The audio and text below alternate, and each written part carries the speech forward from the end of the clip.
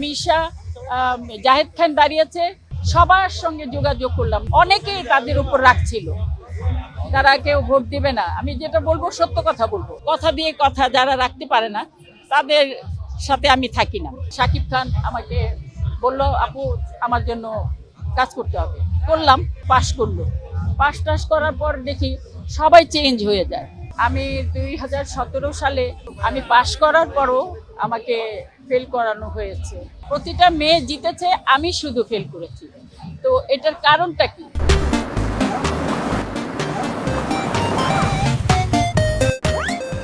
এইবারও আমার ইচ্ছা ছিল না ইলেকশন করার, কারণ আমি 2017 সালে আমি ইলেকশন করেছি। তখন আমি পাশ করার পরও আমাকে ফেল করানো হয়েছে 7 ভোটে। তো আমি সেই থেকে ভীষণ দুঃখ পেয়েছি। আমি এখানেও শিল্পী সমিতিতেও আসি না, এফডিসিতেও আসি না, কারণ আমাকে ইচ্ছাকৃত প্রতিটা মেয়ে জিতেছে, আমি শুধু ফেল করেছি। তো এটার কারণটা কি? কারচুপি হয়েছে আমার সঙ্গে, এগুলো পরে প্রমাণ পাওয়া গেছে, এগুলো স্বীকার করেছে যে হ্যাঁ কারচুপি হয়েছে। তা আমি এই জন্য আর কিন্তু সবার জন্যই আমি করেছি। আমি এর আগে যখন প্রথম মিশা জাহেদ খান দাঁড়িয়েছে, তখন আমি তখন আমেরিকাতে টেক্সাসে ডালাসে থাকি। আমাকে ওখান থেকে রোজ ফোন দেওয়া হয়। অঞ্জনা ফোন দিত, মিশা ফোন দিয়েছে, জাহেদ খান ফোন দিয়েছে, আপু তোমার ছোট ভাই দাঁড়িয়েছে, তুমি না আসলে হবে না। তখন আমি টিকিট করে আসলাম। এসে সবার সঙ্গে যোগাযোগ করলাম, নাচের ছেলে মেয়েদের সঙ্গে।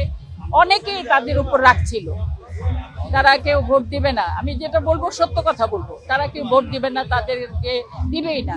তো আমার কথা হলো যে আমি তাদেরকে নানান জায়গায়, নানান হোটেলে, নানান জায়গায় নিয়ে বুঝিয়েছি, বলেছি ভাই খারাপ মানুষদেরকেও, যারা রাগী বদরাগী, তাদেরকেও একবার ভোট দিয়ে দেখি না কি হয়।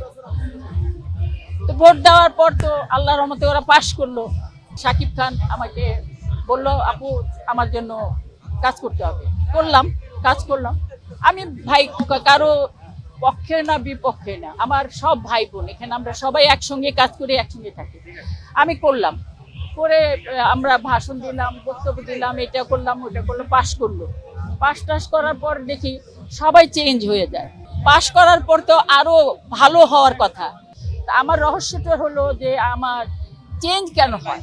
তো আমি এবার এই জন্য দাঁড়িয়েছি, আমি এবারও দাঁড়াতাম না। আমি অনেক মানে রিকোয়েস্টের পর মুক্তি আরমান আমাদের ফাইটার গ্রুপের ছিল, আমাদের সঙ্গে অনেক কাজ করেছে।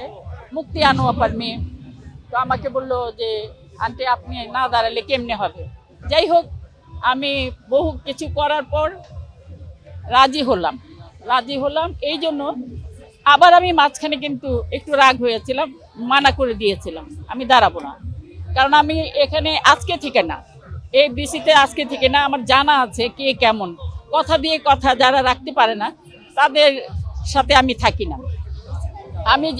আমাকে আপনারা হয়তো বলবেন রাগী, আমি কিন্তু রাগী না। আমি স্পষ্টবাদী, স্পষ্ট কথা বলি, সত্য কথা বলতে পছন্দ করি, সেই জন্য আমাকে মনে হয় রাগী।